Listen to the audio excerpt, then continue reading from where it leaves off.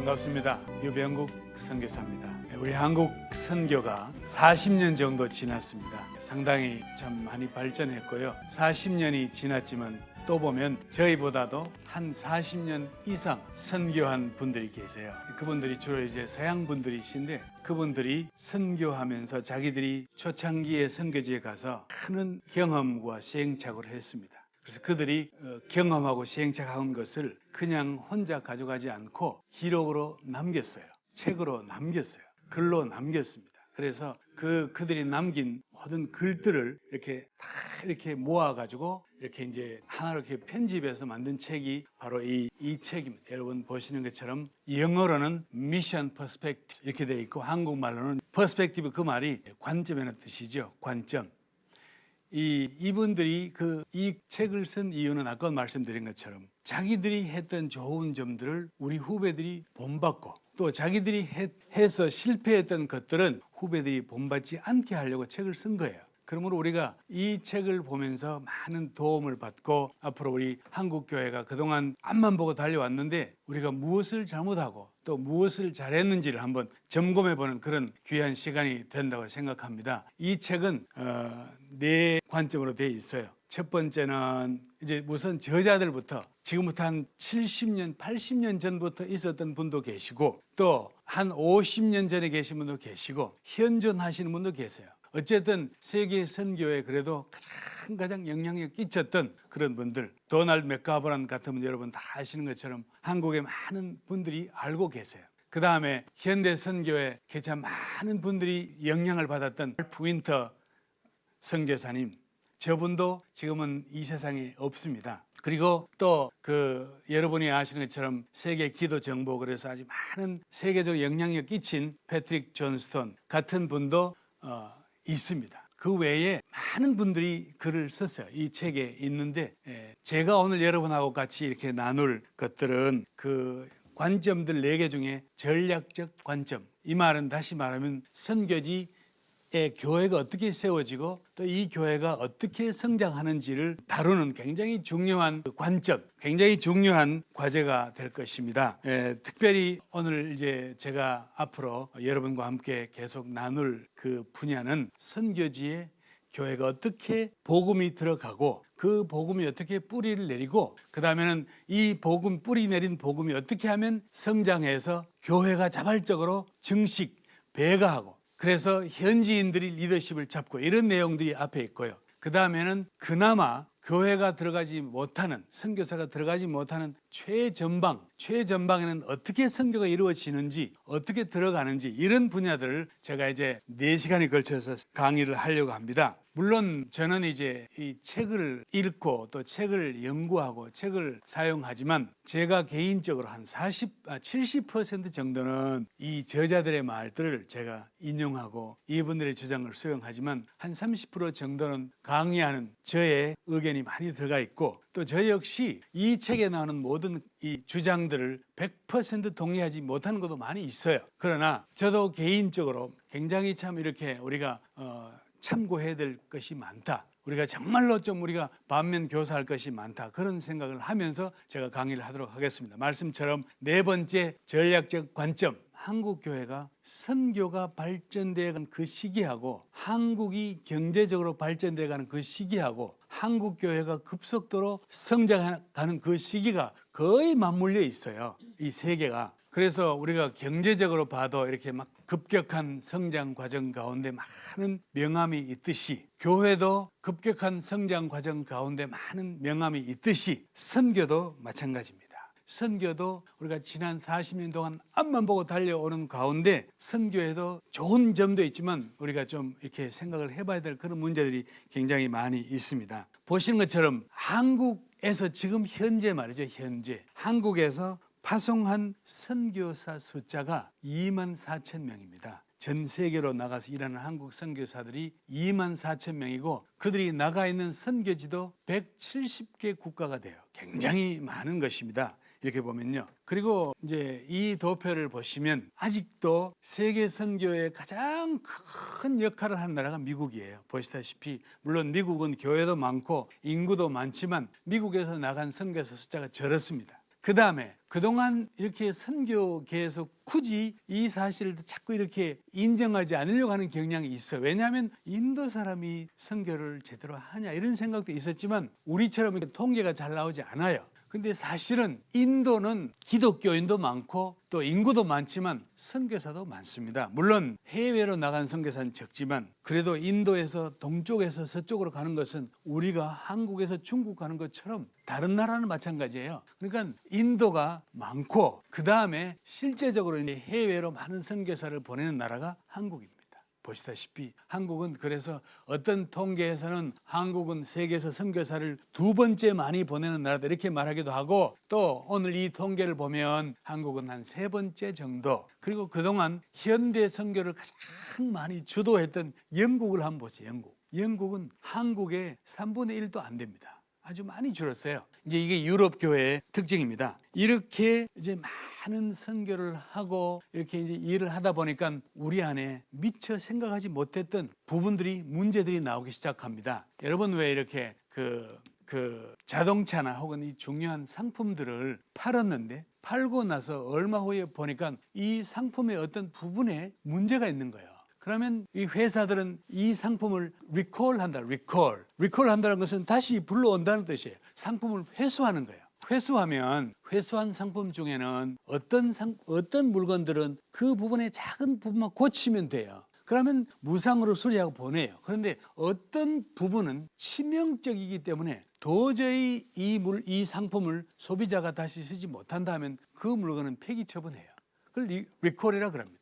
마찬가지로 우리가 이제 선교를 하면서 저는 이제 선교 1선에 있으니까 더구나 이제 저는 그 한국 선교사로서 오랫동안 세계적인 선교 단체에서 같이 일을 하면서 여러 각도에서 우리가 하는 선교를 보고 또 세계 선교를 보고 이렇게 하는데 요즘 제게 와서 계속 던져지는 질문이 우리가 누구를 위해서 선교하는 것이냐 하는 질문을 제가 자주 해요. 우리가 선교를 하는데 누구를 위해서 어떤 대상을 위해서 선교하는 이 질문을 제가 자주 던집니다. 자, 여러분 최근에 한국에서 큰 선교 행사가 있었습니다. 아마 한국에서 하는 선교 행사 중에는 가장 규모가 크지 않겠나 생각하는데 그 선교 행사에 우리가 이제 그동안 선교지였던 그 나라에서 굉장히 영향력 끼치는 2분의 강사를 다른 지역에서 초청을 해왔어요. 와서 이분들이 강의를 잘 했어요. 일주일 동안 강의를 잘 하고 마지막 날 이분들을 따로 이렇게 2분을 앉혀놓고 한국의 모든 선교기관 단체장들이 모여가지고 간담회를 했어요. 간담회를 하면서 이제 우리 한국의 선교 단체장들이 뭐라고 했는가 하니 그분들 보고 당신들 나라에도 한국 선교사들이 많이 있는데 당신들이 보았던 한국 선교사에 대해서 좀 평가를 해주시면 어떻습니까? 그랬더니 이 2사람이 말을 하지 않고 자꾸 이렇게 좀 민적거린 거예요. 그 중에 어떤 선교단체장이 좀 뭐든지 얘기 좀 해주세요 그랬어요. 그랬더니 그 사람들이 한참 생각하더니 그러면 내가 뭐든지 해도 됩니까? 그럼요. 그랬더니 이분이 2분이 마치 약속이나 한 듯이 앞으로 우리나라에는 한국 선교사들 안 왔으면 좋겠습니다. 이렇게 말해요. 깜짝 놀랐죠. 그래서 이제 설명을 하는 거예요. 왜 올 필요가 없는지를. 자, 여러분 제가 벌써 몇 년이 여러 해가 지났는데 제가 이제 아프리카에 있다가 한국에 와서 일을 하려고 하는데 어떤 서양분이 세계 여러 사람이 읽을 수 있는 거기에다가 자기가 경험했고 또 주변에서 봤던 한국 선교사들에 대한 평가를 이거를 어떤 의도를 가지고 했는지는 모르지만 그거를 글로 남겼어요. 그래서 그분이 그 글을 남겼는데 제가 어쩌다가 그 글을 보게 된 거예요. 근데 그 글을 가만히 봤더니 우리 한국에 있는 교회도 그렇고 선교사도 그렇고 듣기 좀 싫은 말들이 있어요. 아주 노골적으로 이렇게 돼 있어요. 한국 선교사님들은 너무 공격적이다. aggressive. 너무 공격적으로 한다는 거예요. 그 다음에는 한국 선교사님들이 자기들이 봤을 때 현지인들을 아주 무시하는 것 같다는 거예요. 그 다음에 한국 선교사님들은 너무 계획이 없이 일을 막 벌리는 것 같다 이렇게 얘기하고 그 다음에는 한국 선교사님들은 자기들이 봤을 때 이렇게 혼자는 잘하는 것 같은데 함께 하는 것을 도무지 못하는 것 같다는 거예요. 그리고는 마지막으로 한국 선교사님들이 전반적으로 이렇게 재정 사용을 잘 지혜롭게 사용하지 못 쉽게 말하면 돈으로 선교한다는 느낌을 표현한 거예요. 그래서 제가 이거는 아니지 않느냐. 저는 또 이렇게 의리의 사나이예요. 내하고 관계없는 일인데 이거 그냥 받을 수 없어. 그 사람을 만났어요. 만나가지고 왜 이런 말이 나왔는지를 가보자 그랬어요, 내가. 그래서 그와 같이 선교지에 갔어요. 어떤 선교지에 갔어요. 가가지고 이제 제가 나름대로 그분이 정한 게 아니라 내가 누구를 만나고 싶다. 그래서 처음에는 현지에서 일하는 외국 선교사를 쭉 만나고 그 다음에는 내가 무작위로 이 나라에 있는 기독교 지도자 좀 만나고 싶다 그랬어요. 그랬더니 그럼 누구 만납시다. 그래서 이제 그 중에 누구를 만나는 거 아니? 그 나라에서 복음주의 협의회 회장님을 만났어. 아주 나이도 많고 아주 인텔리전트한 분이요. 그래서 이제 그 외국분하고 내가 둘이 가서 인사를 했어요. 그랬더니 그분이 내보고 어디서 왔냐요? 그래서 한국에서 왔습니다. 근데 그분이 대뜸 하는 말이 어느 교회에서 사역하십니까? 그래서 내가 저는 교회 사역을 안 합니다. 그랬더니 그러면 뭐 하냐요? 그래서 내 생각 없이 저는 한국에서 선교사들을 선발하고 훈련시켜 보내는 일을 합니다. 그랬더니 이 점잖은 분이 갑자기 내보고 당신이 문제구만. 그래서 내가 예? 당신이 바로 그 문제. 그래서 내가 왜 그러세요? 그랬더니 똑똑해했어요. 그래서 내가 무슨 말씀을 하십니까? 그랬더니 이분 하는 말이에요. 아니 우리나라는 한국보다도 기독교가 100년이나 먼저 들어왔는데 왜 한국 선교사님들은 우리나라에 들어와서 우리들을 이렇게 무시하고 일합니까? 우리는 뭐예요? 당신들은 여기 온 목적이 뭐라는 거예요? 여기 왜 왔냐요? 우리를 도우러 왔느냐 아니면 왜 왔냐요? 저는 따지러 갔다가 한 말 못하고 얼떨결에 우리는 그렇게 하지 않기로 하겠습니다. 그러고 말았어요. 자, 여러분 우리가 선교를 얘기할 때 이거 이제 중요한 질문이에요. 누구를 위해서 선교하느냐. 만약에 선교지가요. 선교지는 지금 남아있는 선교지는 전반적으로 선교를 싫어해요. 누가 싫어합니까? 다른 게 아니고 선교지를 장악하고 있는 사탄이 선교사가 들어오는 걸 싫어해요. 그러므로 전반적으로 오늘날 남아있는 선교지는 선교가 어렵습니다. 그런데 만일 어떤 일은 영적인 반대가 아니라 그 나라에 오랫동안 존재하고 그 나라에 있는 작은 수의 기독교나 성도들이나 혹은 교회가 싫어하면 이건 문제가 되는 거예요. 그 나라에 있는 교회가 들어오지 마라. 우리 필요 없다. 왜 들어와서 우리를 힘들게 하냐 이러면 그 나라 교회 지도자들이나 혹은 교회가 선교사가 들어오는 것을 피곤해하고 부담스러워하고 소외감을 느끼고 이렇게 하면 이 선교는 우리가 생각을 해봐야 돼요. 생각을 해보고 선교하라는 거예요. 자, 요즘 다른 나라도 마찬가지지만 한국에는 참 때마 되면 많은 한국 분들이 선교지로 특별히 단기 선교를 많이 가요.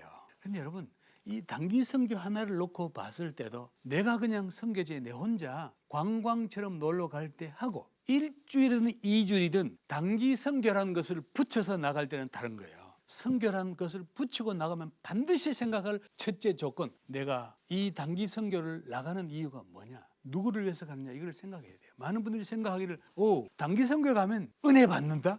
선교에 가면 좋대요. 청년들도 단기 선교 갔다 오면 막 청년들이 좋아한대요. 맞습니다. 그런데 목적이 틀렸어요. 단기 선교는 그렇게 가는 게 아니에요. 단기 선교일지라도 우리가 하는 이 행동으로 인하여, 이 사역을 인하여 선교지에 있는 교회나 기독교가, 성도들이 도움이 되면 해야 돼요. 근데 만일 선교지에 있는 교회나 혹은 선교지에 있는 교단이나 혹은 선교지에 있는 크리스찬들이 부담스러워하고 귀찮아하고 혹은 우리가 생각 없이 막 준 것 때문에 선교지에 있는 사람들이 어떤 이 제사보다는 제밥에 관심 많게 돼가지고 오염되게 되는 것은 안 하는 것보다 못하다는 거예요. 그거를 얘기하는 것입니다.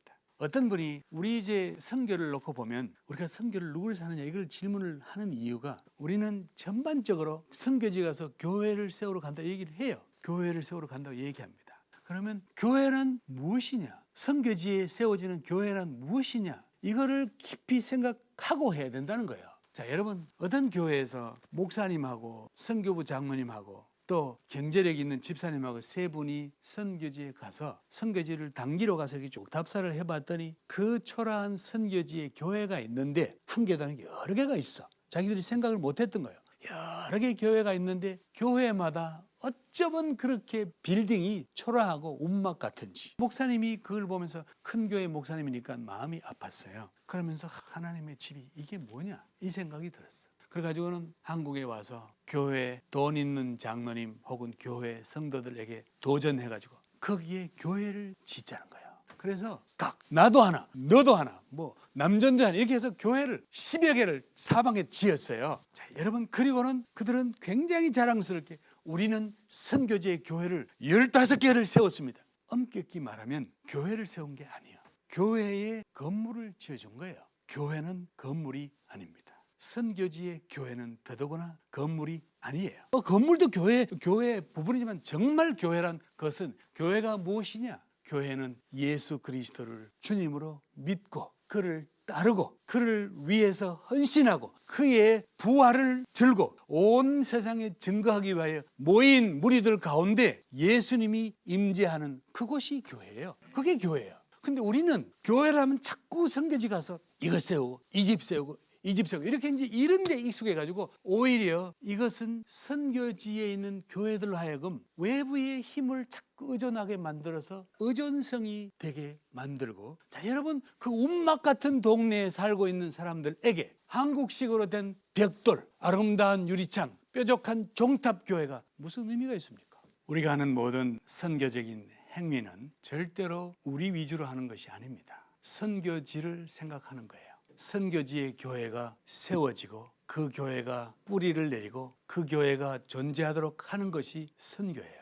한국식 교회를 선교지에 갖다가 옮겨 놓는 그것도 선교가 아닙니다. 그런 걸 보면 많은 경우 선교지에 이루어지고 있는 교회나 사역 모습들이 마치 한국에 있는 것들을 그대로 옮겨놓은 것 같은, 현지에 맞지 않을 수도 있는 이런 사역들이 참 많이 있습니다. 이제 우리가 새로운 선교 이 시기를 앞에 놓고 이거를 점검해야 돼요. 아까 제가 리콜 얘기했죠. 우리가 만든 물건 중에 다 잘했는데 어떤 부분이 약했는지를 그걸 고칠 때는 지금이라 생각합니다. 우리가 그동안 앞만 보고 달려왔는데 지금 다시 선교를 뒤돌아보면서 우리가 그동안 너무 일방적으로 선교해 왔구나. 현지인들 생각을 하지 않고 우리식 선교를 해왔구나. 그래서 우리가 열심히 한다고 했지만 현지인들에게는 오히려 부담과 마음의 상처를 줄 경우도 있었구나. 그래서 현지인들이 우리 보고 선교사 하러 오지 마라 하는 말 나왔구나. 이런 생각을 하면서 남아있는 우리 새로운 시대에는 정말로 현지인,